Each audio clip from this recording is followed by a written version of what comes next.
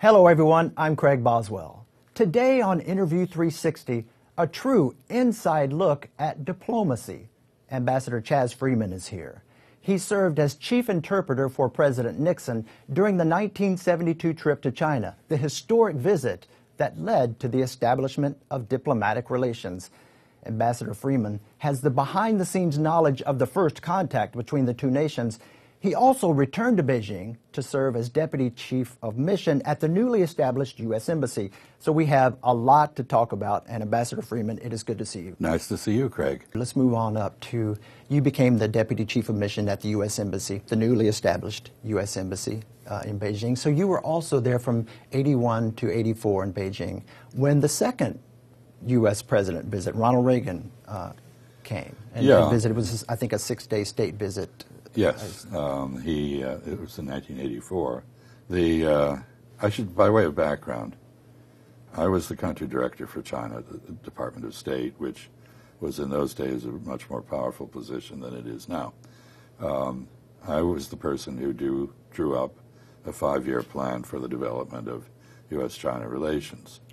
When I went to Beijing to manage the embassy, first as chargé, because there was no ambassador, and later for the ambassador when he arrived.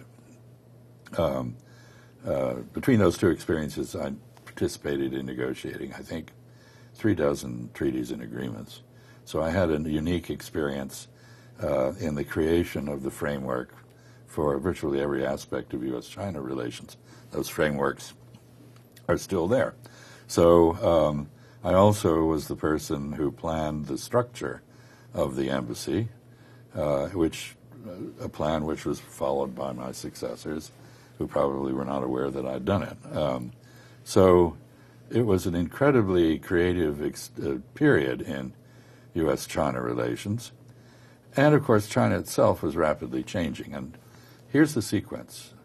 December 1978, December 15 here, 16 in China, U.S. and China agreed to release a communique with effect from January 1, establishing diplomatic relations.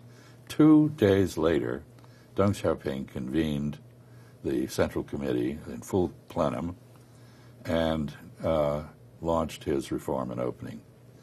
And it worked out brilliantly for the next 35 years or so. China moved from being internationally isolated, impoverished, vulnerable, to becoming an increasingly wealthy and powerful actor on the global stage. And that all happened just in the middle of December 1978. And I was there for the first 5 years of that drama playing out. As we mark the 40th anniversary of the normalization of relations, full diplomatic relations between the U.S. and China, how do you see then and now? We are globalized now. We are interdependent to an amazing extent. We have all sorts of personal connections that span the Pacific. There are people on both sides who have a good understanding of the other. So while the governments may be hostile to each other, I think the societies will remain committed to a relationship. And in due course, as has been the case with China's relationship with Russia, good relations will reappear. Well, in some ways, because of the deterioration in the relationship at present, we're back where we were. You know, it took Richard Nixon to see a strategic opportunity and a common focus for the U.S. and China. Mao Zedong saw it too. And we focused together on a common threat from the Soviet Union. We don't really have a common objective now. Climate change might be one. There are others that I could imagine, but we haven't come to that consensus. So we're in the same position we were really perhaps at the end of the 60s, early 70s, where we've got to rethink our relationship, redefine our objectives, find ways of working together despite differences. Our differences today are vastly smaller than they were in 1972.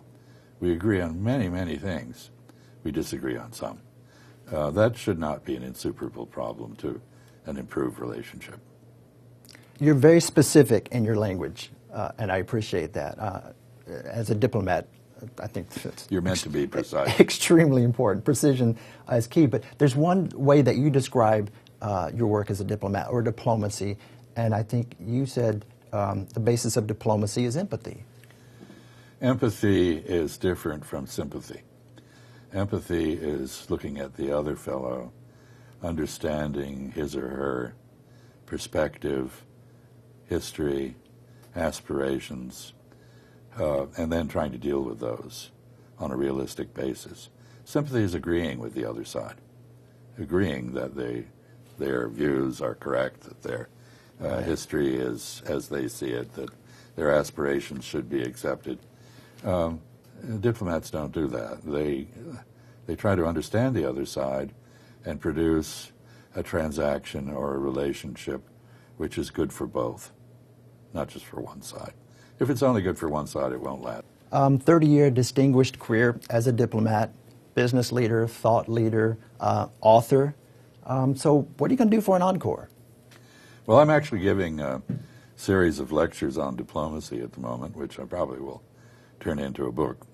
I think we've forgotten a lot of the vocabulary that we need because we went through a long period, the Cold War, in which there were two sides. Everything was simple. Everything could be related to the struggle between the United States and the Soviet Union. Everybody in the world positioned themselves between us. That's all gone.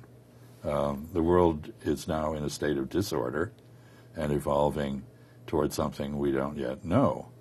And in this competitive environment, we need to be able to live by our wits. Planned trips to China coming up? You know, I no longer enjoy long flights, so I think I'm going to stay home. Not that I wouldn't like to go to China. Of course, it's a kind of second home, and I have many friends there. But those friends tend to come here too, and it's more convenient for me to see them here. Ambassador Freeman, thank you very much. Fascinating conversation. I enjoyed it. And continued success. Well, thank you very, very much. Hope they do come visit you in the U.S. I hope they do too. Okay. And thank you for watching. This is Interview 360.